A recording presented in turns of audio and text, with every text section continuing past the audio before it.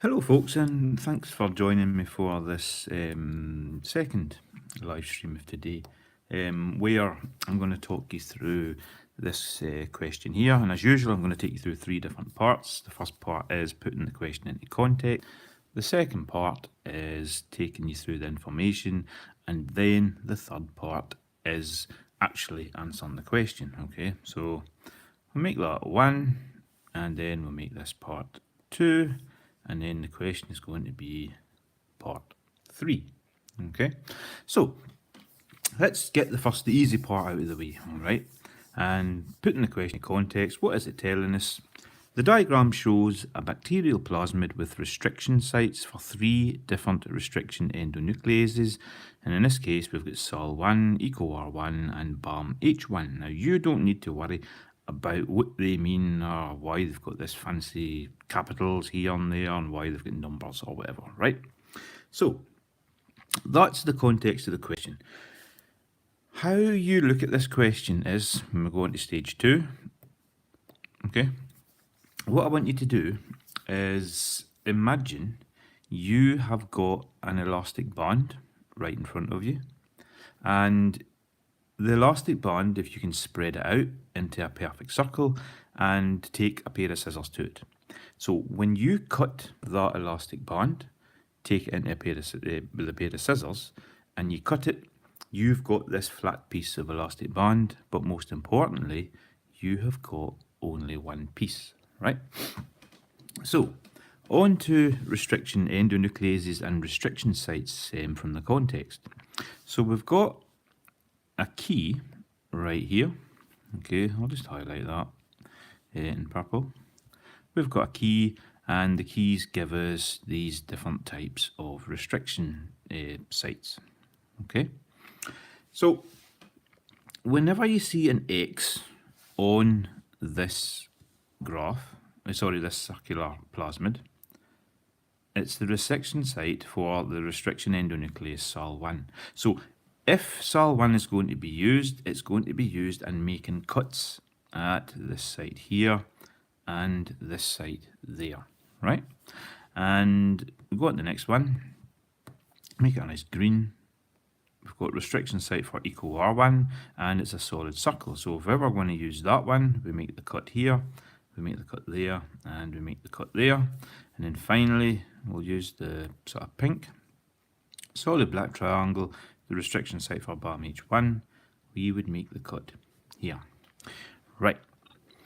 So restriction endonuclease, SAL1, EcoR1 and BAMH1, if ever you're going to be asked to use them, you're going to make them cuts at the relevant sites according to the key. So SAL1 cross, EcoR1 circle, and BAMH1 is the solid triangle, right?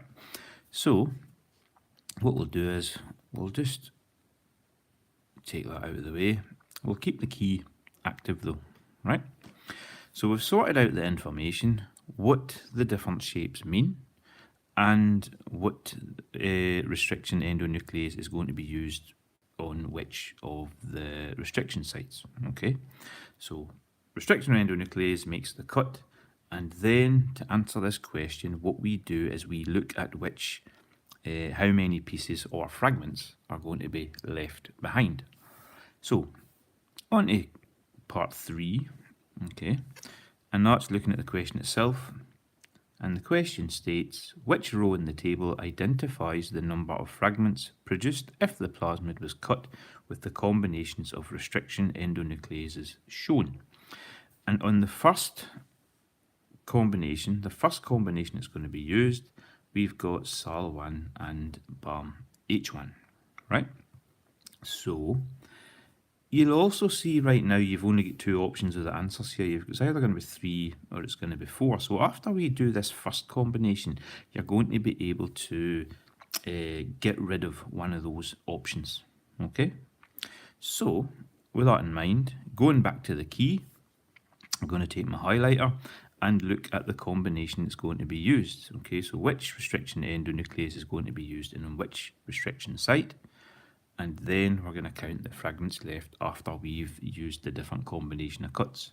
So we're using SOL1 and BAM H1, which means the highlighters we're going to use are going to be red, which we'll begin with first for SOL1, okay, and we're going to also use pink, right? So starting with SOL1, it's going to be restriction site with the X on the actual plasmid. So I'm going to take my highlighter and make a cut right there with SOL1, and I'm going to make a cut there. Now that takes care of the SOL1 restriction endonuclease. Sorry, I'm struggling there. Endonuclease, and we've got those parts marked on the actual graph, and that then brings us to the second part of the combination, which is going to be BAM H1, okay, which is going to be making cuts at the respective endonucleases on the bacterial plasmid. So with BAM H1, every time I make a cut, I'm going to be cutting on the solid triangle, okay? So going back to my highlighter, there's only one solid triangle, so I'm only going to make one cut there. So that is the cutting, okay, complete for this first combination. So now what I'm going to do, I'm going to go into my pen, I'm going to take this green, and I'm simply going to identify how many fragments of that original plasmid we've got left. So I can see that there's a gap between the colour and the cut here to the cut there. Okay, I'll just need to make it rough. Cut there to cut there. There's also a gap from cut to cut, and also a gap from cut to cut here. Each gap is equal to a fragment, so I'm just going to count them. So I've got one fragment here, here's a second fragment, and there's a third fragment. So from that, if I use combination of SOL1 and BAM H1, then I get 3 fragments left, so I can take out that and take out that because it's quite clearly wrong, as I've only got 3 fragments left after making them cuts.